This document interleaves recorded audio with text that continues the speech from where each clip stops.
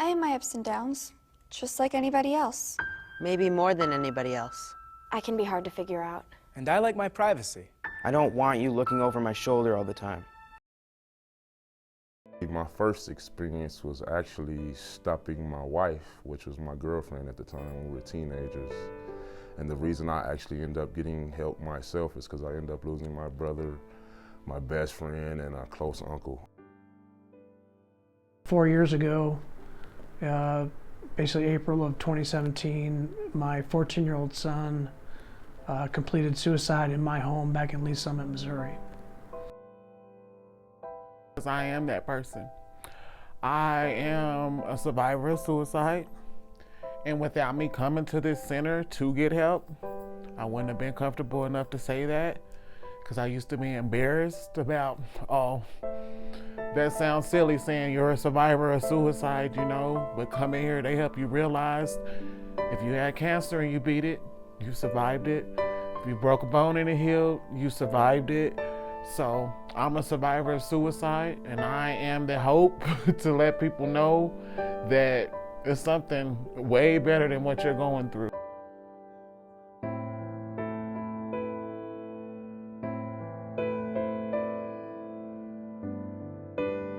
So it was when I was in 7th grade, and I had this whole plan because my dad and my sister were out of town, and then my dad's girlfriend would have been at work, so I was on spring break. So I was like, this is the perfect time to do it. But then I started thinking about it a lot, and I know, like, when I went through going with my mom dying, that was really hard for me and all my family. So that's what really keeps me going, is knowing that I don't ever want to have my family go through that again, or my friends, because I know it sucks. It was during that time that our own lives were impacted by suicide, because an instructor that I had worked with very closely while I lived in the Aspen area died by suicide, and it took us all by surprise. This was a man that was incredibly gifted working with children. His athletic abilities were something to just be in awe of, and he just had such a charismatic personality. And so when we found out that he died by suicide, it really shocked me and my family.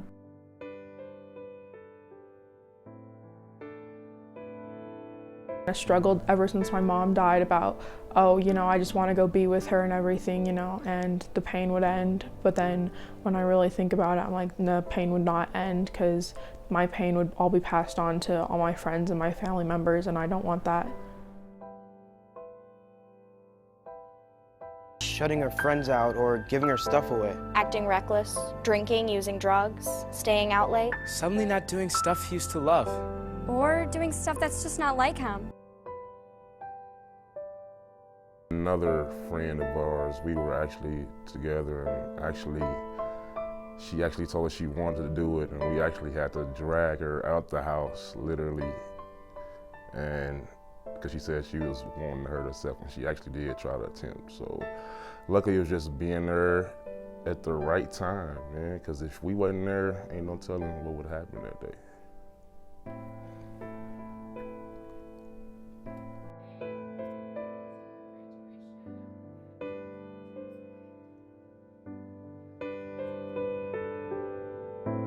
I was a teenager when I tried to, I don't even know when I tried to attempt, I was a teenager, and I'm thankful that I had people around me that stopped me, because I wouldn't be here to tell my story, and I got so much more to tell, and I just didn't know how to deal with grief or to talk to someone about what I was going through. But that's why I choose to be here at Pikes Peak Suicide Prevention, because I know what it feels like, and I can be there and hopefully save a life, or encourage someone to save another life, or lead someone to training, or just give people hope that you can make it.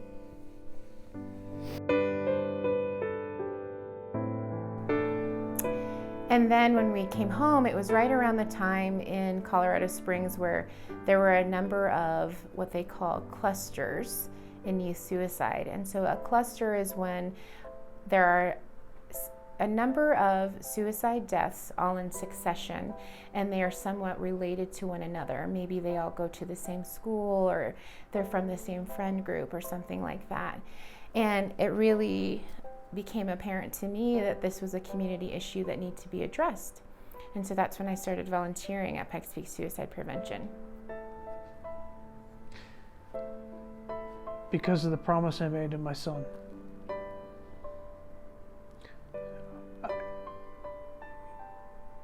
You know, my life is day to day still after almost 4 years. But the reason I keep getting up in the morning and I go to work is to prove that you can survive. And there is a reason to survive. My reason is to fulfill my promise that I made to my son. And that goes also for Melanie. You know, I stay alive because her 2 kids are alive, her three kids. You know, to show that, you know, to keep telling them that, you know, their mom loved them. And I'm sticking around to make sure they understand that. And people with mental illness, that it's such a taboo subject.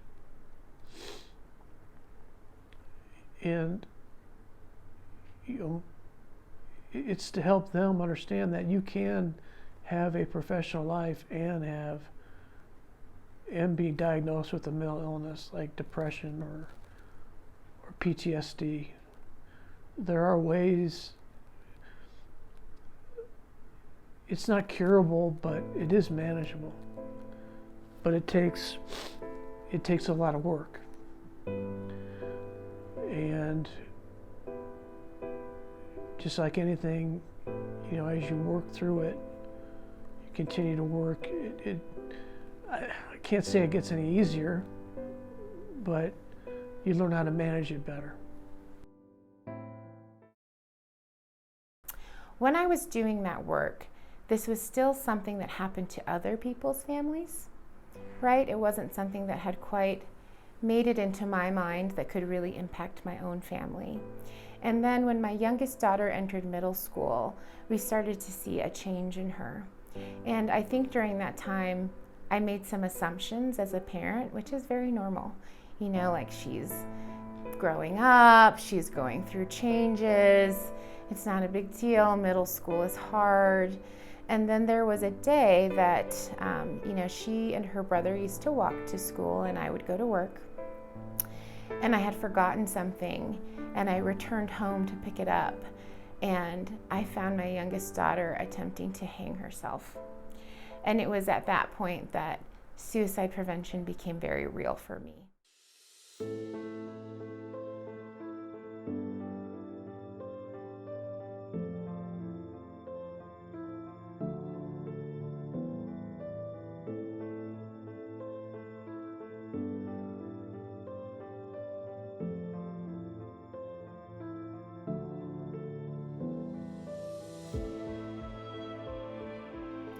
Pikes Peak Suicide Prevention Partnership started out being called the Suicide Prevention Partnership of the Pikes Peak Region back in 1993. We were founded by 3 local women who suicide prevention was very close to their heart.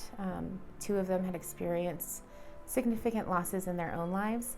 And what we started out was housing the call center here for individuals who were in crisis. So we actually had a crisis line center housed in our building.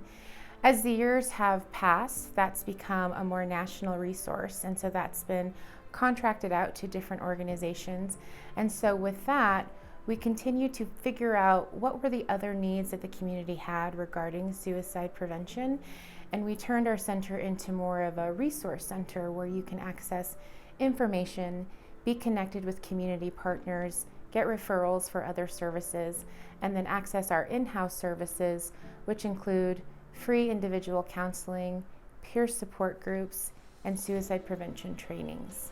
We have a peer support program that is available 24/7, and that is a peer support program that is not a crisis resource, but really it's been created to provide proactive connection.